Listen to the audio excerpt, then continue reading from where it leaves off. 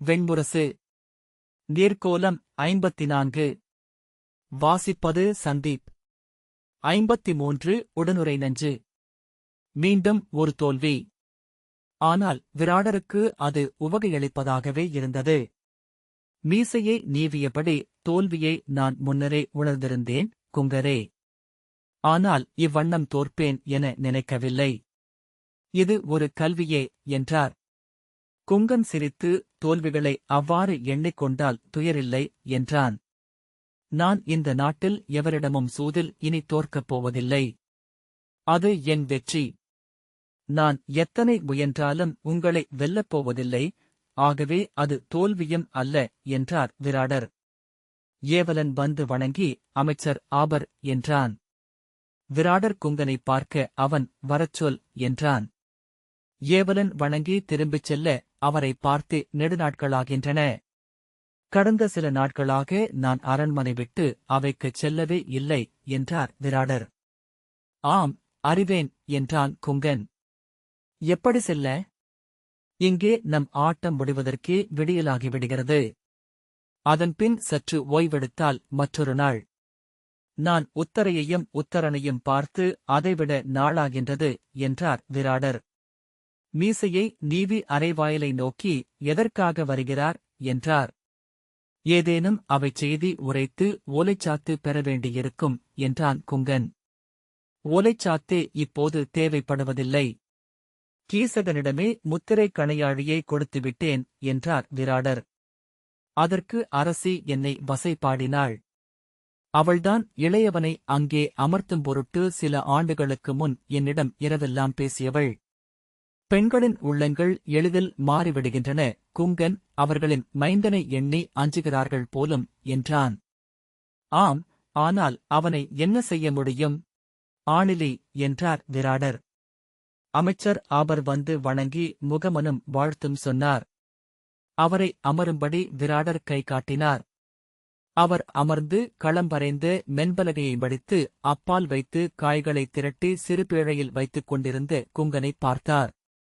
அவர் இருக்கட்டும், அவரில்லாமல் நான் எதையும் எண்ணுவதே இல்லை என்றார் அரசர். இல்லை என அவர் தயங்க, சொல்லும் அமைச்சரே என்றார். ஆபர் துணிவு கொண்டு, இதை அமைச்சர்கள் கூடி தங்களிடம் வந்து சொல்ல விழைந்தோம். ஆனால் அவ்வண்ணம் சொல்வது கீசகர் காதுகளுக்கு செல்லும் என்பதனால் என்னை மட்டும் அனுப்பினார்கள். நான் இதைச் சொல்ல பல நாட்கள் காத்திருந்தேன் என்றார். ஆர்வமில்லாமல் ஏப்பம் விட்டு, என்ன என்றார் விராடர். அரசே, தாங்கள் அவை மறந்து நெடுநாட்களாகின்றன. விராடர் மறக்கவில்லை, இங்கே எனக்கு பொழுதில்லை. மேலும் அங்கு நிகழ்வன அனைத்தையும் நான் கீசகனிடம் ஒப்படைத்துள்ளேன் என்றார். அதைப் பற்றித்தான் பேச வந்தேன் என்றார் ஆபர். அரசே, நேற்று முன்னாள் நம் அரசவைக்கு கலிங்க அரசர் ருதாயுவிடம் இருந்து ஓர் ஓலை வந்தது. அதை தாங்கள் அறிவீர்களா? விராடர், நாள்தோறும் 100 ஓலைகள் வருகின்றன. அவற்றையெல்லாம் நான் படித்துக் கொண்டிருக்க முடியுமா என்றார். அரசே, இது முதன்மைச் செய்தி கொண்ட ஓலை. உங்கள் நேர்வழிக்கு மட்டும் என மேலருக்குப் போடப்பட்டது. விராடர், என்ன சொல்ல வருகிறீர்? எல்லா ஓலைகளையும் கீசகனே நோக்கட்டும் என ஆணையிட்டவனே நான்தான் என்றார். அரசே, அந்த ஓலையின் கருத்தை நான் அறிவேன். இளவரசர் உத்தரருக்கு கலிங்க இளவரசியை மணமுடித்து அளிக்க அவர்கள் விழைவதைச் சொன்னது அது. விராடர், அது முன்னரே பேசப்பட்டுக் கொண்டுதானே உள்ளது என்றார். ஆம், முன்பு பேசப்பட்டது. கலிங்க அரசர் ருதாயுவுக்கு நிஷாதகுலத்து அரசி சௌமினி தேவியில் பிறந்த மகள் பத்மினியை. அதனால் நமக்கு அரசியல் நீட்டம் ஏதுமில்லை. இப்போது அவர்கள் சொல்வது அரசருக்கு வங்க நாட்டு பட்டத்தரசி குசுமவதியில் பிறந்த மகள் சாலினியை.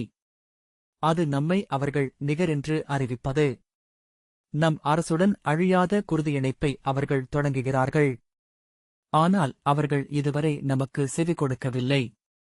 நம் இளவரசர் கரிய புரவியில் நகர்வலம் வந்த செய்தியை உத்தரவழி அறிந்து இம்முடிவை எடுத்துள்ளனர். விராடர் சிரித்து, அந்த குதிரைக்காரன், அவன் பெயர் என்ன? கிரந்திகன். அவன் இருக்கும் வரைதான் இவன் புரவியூர்வான். அதை அவர்களுக்கு சொல்வதா வேண்டாமா என்றார். ஆபர் பொறுமையை இழக்காமல், அரசே, அவர்களின் எண்ணம் பெரிதொன்று. கலிங்க இளவரசன் ஆதித்யதேவனுக்கு நம் இளவரசியை மணம் புரிந்து கொடுக்க வேண்டும். இரு மணங்களும் ஒரே வேள்விப் பந்தலில் நிகழ வேண்டும் என்றார். விராடர் குங்கனை நோக்கிவிட்டு அப்படியெல்லாம் சொன்னால் என்றார். ஆபர், நமக்கு வேறு வழியே இல்லை. கலிங்கத்துடனான உறவு நம்மை வலுப்படுத்தும். நம் இளவரசரின் முடியுரிமை உறுதியாகும் என்றார். அப்படியென்றால் நிகழட்டுமே. ஓலை அனுப்ப கீசகனிடம் சொல்வோம் என்றார் விராடர். அந்த ஓலையை கீசகர் நேராக இளவரசியிடம் அனுப்பி அவர் எண்ணத்தை கோரினார். அவர் சினந்து ஓலையை கிழித்து வீசி அதை கொண்டு சென்று தூதனை அடிக்க கையோங்கினார். கீசகர் நேரில் சென்று இளவரசியிடம் அவர் எண்ணத்தை கேட்டார். கலிங்க இளவரசனுக்கு துணைவியாவதை விட உயிர் விடுவேன் என்று இளவரசி சொன்னார். தங்கள் விழைவை மீறி ஒன்றும் நிகழாது இளவரசி என்று சொல்லி இளவரசி உத்தரைக்கு கலிங்க இளவரசனை ஏற்பதில் ஒப்புதலில்லை என்று மறுமொழி அனுப்பிவிட்டார் படைத்தலைவர் கீசகர். விராடர் முகவாயின் மயிர்க்குச்சத்தை அடைந்தபின் குங்கனை ஒருமுறை நோக்கிவிட்டு, ஏன் அப்படி சொன்னாள்? கலிங்க இளவரசன் க்ஷத்திரியன், நாடாளவிருப்பவன் என்றார். அரசே, உங்களுக்கு இன்னமும் இச்செய்தி வந்து சேரவில்லை என்றால் நான் ஒன்றும் சொல்வதற்கில்லை. இளவரசி அந்த ஆணிலிமேல் காதல் கொண்டிருக்கிறார். விராடர் சிரித்து, ஆணிலிமேல் காதலா? விந்தையாக இருக்கிறதே என்றார்.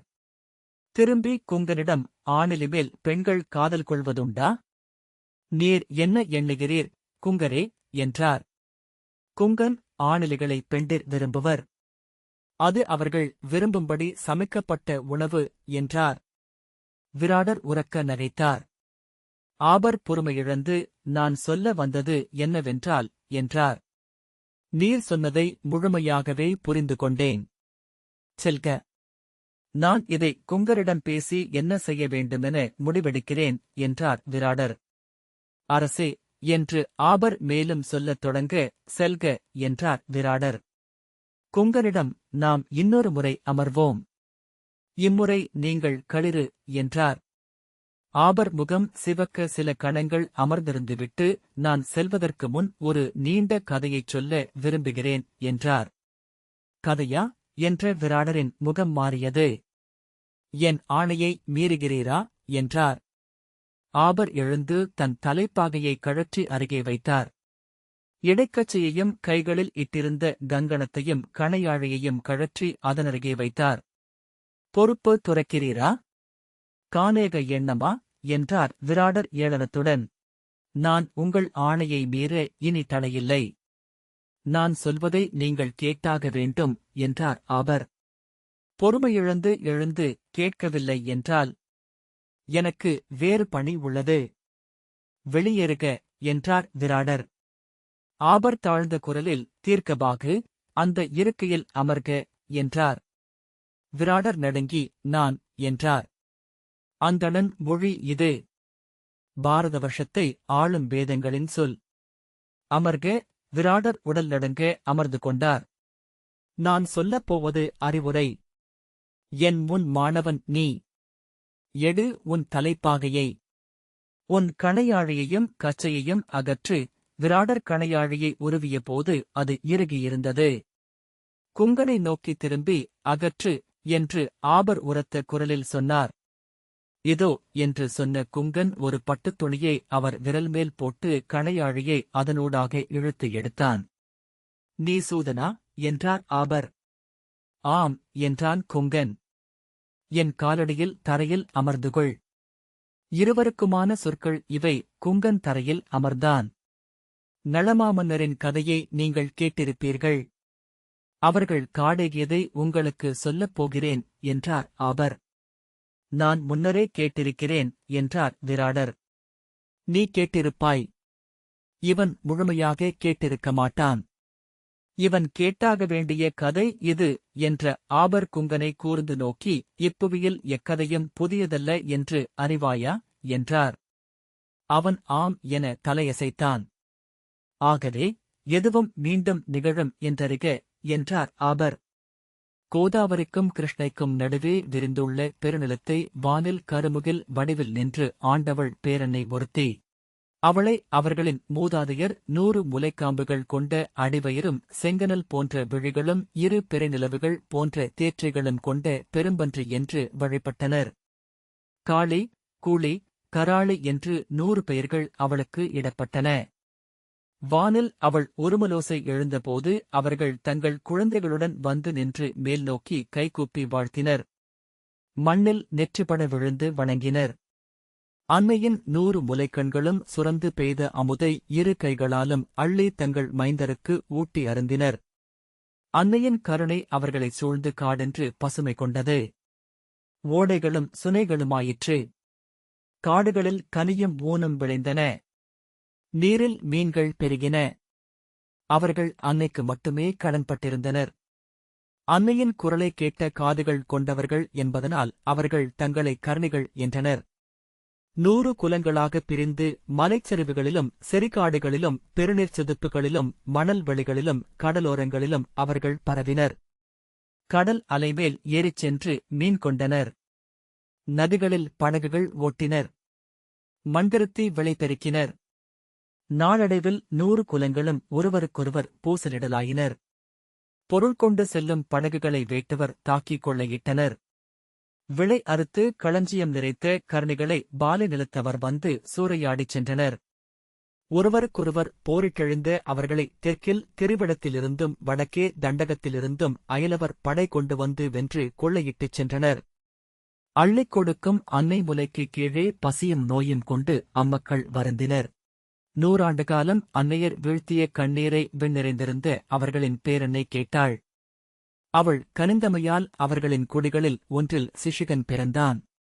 தன் வீரத்தால் அவர்களில் முதல்வனானான். க்ஷத்திரிய குலங்களை வென்று குருதியாடியபடி பாரத வருஷத்தை அளந்து கொண்டிருந்த பரசுராமரைப் பற்றி அறிந்து அவரை தேடிச் சென்று அடிபணிந்தான். அவர் அவனை அனல்முன் நிறுத்தி அந்தணன் ஆக்கினார். சதகர்ணிகள் க்ஷத்திரிய பெருங்குடிகளுக்கு எதிரான அந்தண அரசர்களாக திகழ வேண்டும் என அவர் ஆணையிட்டார். தர்ப்பை புல்லில் அனலும் நாவில் வேதமுமாக வந்த அவனை அவன் குடியினர் முழுமையாக பணிந்து ஏற்றுக்கொண்டார்கள். தன் கருணையாலும் கருணையின்மையாலும் சிஷுகன் 100 குலங்களை இணைத்தான். கர்ணிகளில் முதன்மையான குடியான பிரிதர்கள் வடக்கே இன்று மாளவத்தில் இருக்கும் பிரீதகிரி என்னும் குன்றின் அடிவாரத்தில் வாழ்ந்தவர்கள். பிரீதகிரியின் உச்சியில் அவர்களின் குடித்தெய்வமாகிய மாகாளியின் பெருஞ்சிற்பம் ஒன்றிருந்தது. 12 ஆண்டுகளுக்கொருமை அங்கே கர்ணிகள் கூடி தலையெண்ணி பலியிட்டு அக்காளையை வழிபடுவதுண்டு. அங்கே ஒரு குலக்கூடலை சிஷுகன் ஒருங்கிணைத்தான். அதில் 100 குலங்களின் தலைவர்கள் கூடி வாள் ஏந்தி அவனை தங்கள் அரசன் என்று தேர்ந்தெடுத்தனர். 12 ஆண்டுகளுக்கு ஒருமுறை அவர்கள் தங்கள் குடிக்கோல் தாழ்த்தி அரசனை தேர்ந்தெடுக்கும் முறை அவ்வாறு உருவானது. 100 குலங்களின் தலைவனாகிய அவன் சதகர்ணி என அழைக்கப்பட்டான். அவ்வூரே சதகர்ணிகளின் முதல் தலைநகர் என்றானது. அதை பிரதிஷ்டானபுரி என்றழைத்தனர். சதகர்ணிகளின் குலமுத்திரையாக மாகாளை வடிவமே நிறுவப்பட்டது. அவர்களின் கொடியிலும் தேர்நெற்றியிலும் கால் மடித்தமர்ந்த மாகாளை பொறிக்கப்பட்டது. சதகர்ணிகள் ஒருங்கிணைந்தபோது சூழ்ந்திருக்கும் நிலங்கள் அனைத்தும் அவர்களிடம் சென்றன. வடக்கே பரசுராமனால் அனல்குலத்து அந்தணர்கள் என்றாக்கப்பட்டு வத்சகுல்மத்தை ஆண்ட வாகடர்கள் முதல் தெற்கே வெண்கல் நாட்டை ஆண்ட பல்லவர்கள் வரை அவர்களுக்கு கப்பம் கட்டினார்கள். அஸ்மாகர்களும் சாளுக்கியர்களும் அவர்களிடம் பணிந்தனர். தானிய கடகமும் இந்திரகீலமும் ராஜ்கேந்திரபுரியும் அவர்களுக்குரியதாயின. அந்நகர் முகப்புகளில் மாகாளியின் பேருருவச் சிலைகள் அமைக்கப்பட்டன. சிந்துகன், ஷிப்ரகன், செஸ்மாகன், சூத்ரகன், சுரகன் என தொடர்ந்த மாவீரர்களின் நிறையால் அவர்களின் கொடி கடல் முதல் கடல் வரை பறந்தது. பின்னர் வடக்கே மகதமும் மேற்கே மாளவமும் கிழக்கே கலிங்கமும் ஆற்றல் கொண்டபோது சதகர்ணிகள் தெற்கே சென்றனர். அவர்களின் 2வது தலைநகராக இருந்த வெண்கல் நாட்டு அமராவதியை மையமாக்கினர். அவர்களின் அரசனான 18வது சிந்துகனை மாமன்னர் நளன் வென்றார். அவர்கள் அங்கிருந்து பின்வாங்கி தெற்கே ரேணு நாட்டுக்கு இடம்பெயர்ந்தனர். சிந்துகனின் மைந்தன் சுகர்ணன் 7 முறை வாகடர்களையும் பல்லவர்களையும் திரட்டியபடி படை கொண்டு வந்தாலும் மீண்டும் மீண்டும் நளனின் புரவிப்படையால் தோற்கடிக்கப்பட்டான். சுகர்ணனின் பேரமைச்சர் சுசீலர் மறைந்தபோது அவர் மைந்தர் சுமத்ரர் கங்கணம் சூடினார். தென்னாட்டில் காஞ்சியில் 18 ஆண்டுகள் அரசநூலும் நெறிநூலும் காவியமும் கற்று வந்த அவர் ஒவ்வொரு நாளுமென தென்னாட்டு அரசியலை கூர்நோக்கிக் கொண்டிருந்தார். ஒவ்வொரு அரசுக்கும் வீழ்ச்சியின் தருணமொன்று உள்ளது, அரசே. அதைக் கண்டடைந்து அப்போது தாக்கினாலொழிய நாம் அவர்களை வெல்ல முடியாது என்றார். மிகப்பெரிய கட்டடங்கள் வீழ்வதெப்படி என்று சிற்ப நூல்கள் சொல்கின்றன. கட்டி எழுப்பப்படும் அனைத்துக்குமே அந்நெறிகள் பொருந்தும். 7 நெறிகள் அவை என்று சுமத்ரர் சொன்னார். அடித்தளம் தாழாத மேற்கட்டு. அடித்தளம் இடும்போது எத்தனை பெரிதாக அக்கட்டு எழுமென்று எண்ணியிருப்பவர் சிலரே. ஏனென்றால் தங்கள் பெருவிழைவையும் ஆணவத்தையும் எவராலும் அளவிட்டுக் கொள்ள இயலாது. எங்கு நிறுத்த வேண்டும் என்று அறிதலும் எளிதல்ல. ஏனென்றால் விரிசல் எழுவதற்கு முந்தைய கணம் வரை 1000 ஆண்டு காலம் விந்திய மலைமுடிகள் என நிற்கும் அக்கட்டு என்றே தோன்றும். அதன் உடல்கட்டு அதன் பொறுமையை தாழ முடியாது விள்ளலிடுவது இரண்டாவது என்றார் சுமத்ரர். இங்குள்ள ஒவ்வொரு பொருளையும் ஒன்றெனக் கட்டியுள்ளது அப்பொருளுக்குள் உறையும் விசைகளே. நீர்த்துளியை, பாறைகளை, மலைகளை, கல்லின் மேல் கல்லையும் சுவர்கள் மேல் கூரையையும் அவையே நிலைநிறுத்துகின்றன. அவ்விசைகள் எத்தனை எடை தாங்குமென்று எவராலும் அறியக்கூடுவதில்லை. ஏனென்றால் முதலில் ஒவ்வொரு முறையும் எண்ணியதை விட கூடுதல் எடை தாங்குவது அது என்றுதான் தோன்றும்.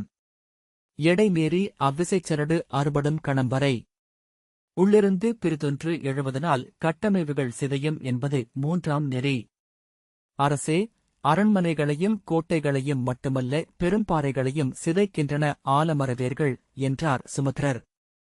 அருகே பிரிதொன்று சரிவதன் அதிர்வால் கட்டமைவுகள் வீழும் என்பது 4ஆம் நெறி. அக்கட்டடத்தை அமைத்த பொருட்களின் நிகரின்மையால் அவை சரியும் என்பது 5ஆம் நெறி. அரசே, அறிந்திருப்பீர்கள், கருங்கல் கட்டடத்தில் அமைந்த மணல்கள் எடை தாழாமல் உதிர்ந்தழியும். அக்கட்டடத்தை இழுத்துச் சரிக்கும். 6வது நெறி கால உருவம் கொண்டு வரும் நீரும் காற்றும். எளிய நீர்த்துளி ஊறி ஆழ்ந்து சென்று தன் வழியை அமைக்கிறது. அவ்வழி பிளவென்று பெருகுகிறது என்றார் சுமத்ரர். 7வது நெறியே முதன்மையானது. தன்மேல் எதையும் எப்போதைக்குமென சூடியிருக்க மண்மகள் விரும்புவதில்லை. பெருமலைகளே ஆயினும் எழுந்தவை அனைத்தும் சரிந்தே ஆக வேண்டும். அவை அவர் சொல்லப்போவதைக் கேட்டு அமர்ந்திருந்தது. நிஷாதர்களின் இவ்வரசின் ஆற்றல் குறைகள் எவை? இறுதிக் குறை எவருக்கும் உள்ளது. முதல் குறையே முதன்மையானது. அவையோரே, அதன் அடித்தளம் நிஷாதனாகிய நளனால் உருவாக்கப்பட்டது. அதன் மேற்கட்டு க்ஷத்திரிய அரசியால் எழுப்பப்படுகிறது. நிஷாதனுடையது விழைவு. க்ஷத்திரியர் பெருவிழைவால் ஆனவர்கள். அரசன் ஆம் என்று தலையசைத்தான். 2வது குறை எழுந்து கொண்டிருக்கிறது நிஷதபுரியில் என்றார் சுமத்ரர். குலங்களை ஒருங்கிணைத்துக் கொண்டுதான் பாரத வருஷத்தின் பேரரசுகள் அனைத்தும் தோன்றின. ஜனபதங்கள் என அவை அழைக்கப்பட்டன. குலசேகரர்கள் கோல் கொண்டு ஆளும் எந்நாடும் உறுதியுடன் அமைந்ததில்லை. குலப்பூசல்களை குலப்பூசலால் தீர்க்கும் முறையையே அங்கே ஆட்சி என்கிறார்கள். பாறைகளுக்கு மாறாக ஆமைகளை அடுக்கி கோட்டை எழுப்புவது அது. குலத்தலைவர்கள் சிலர் மெல்ல ஏதோ சொன்னார்கள். அதை செவிமடுக்காமல் சுமத்ரர் தொடர்ந்தார். எந்த அரசு குலத்தலைவர்களால் நீக்கப்பட முடியாத அரசனை அடைகிறதோ அதுதான் பாரத வருஷத்தை வென்று ஆள்கிறது. மகதம், அஸ்தினபுரம், பாஞ்சாலம் அனைத்தும் அவ்வாறே. நிஷதபுரியின் அரசன் தன்னை முற்றரசன் என்று ஆக்கிக் கொள்ளாமல் நாட்டை வெறுக்கிறான். அவையோரே, அந்நாட்டை கட்டி வைத்திருந்த விசைகள் எதிரிகள் மீதான அச்சம், குடிப்பெருமை, வெற்றியால் வந்து சேரும் செல்வம் ஆகிய 3ம். இன்று அந்த விசைகளை மீறிச் செல்கிறது நிஷதகுடிகளின் ஆணவம். அங்கே குடிப்பூசல் எழுந்துள்ளது. அது நிஷதபுரியை பிளந்து சரியச் செய்யும். அவை மெல்ல அசைந்தது. பெருமூச்சுகள் ஒலித்தன.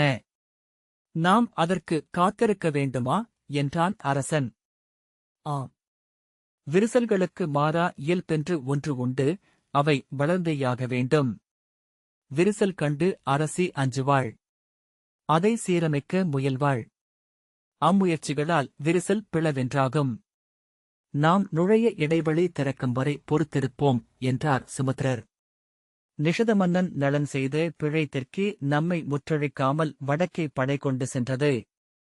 எதையும் முழுமையாக வெல்லாமல் எஞ்சவிடக்கூடாது.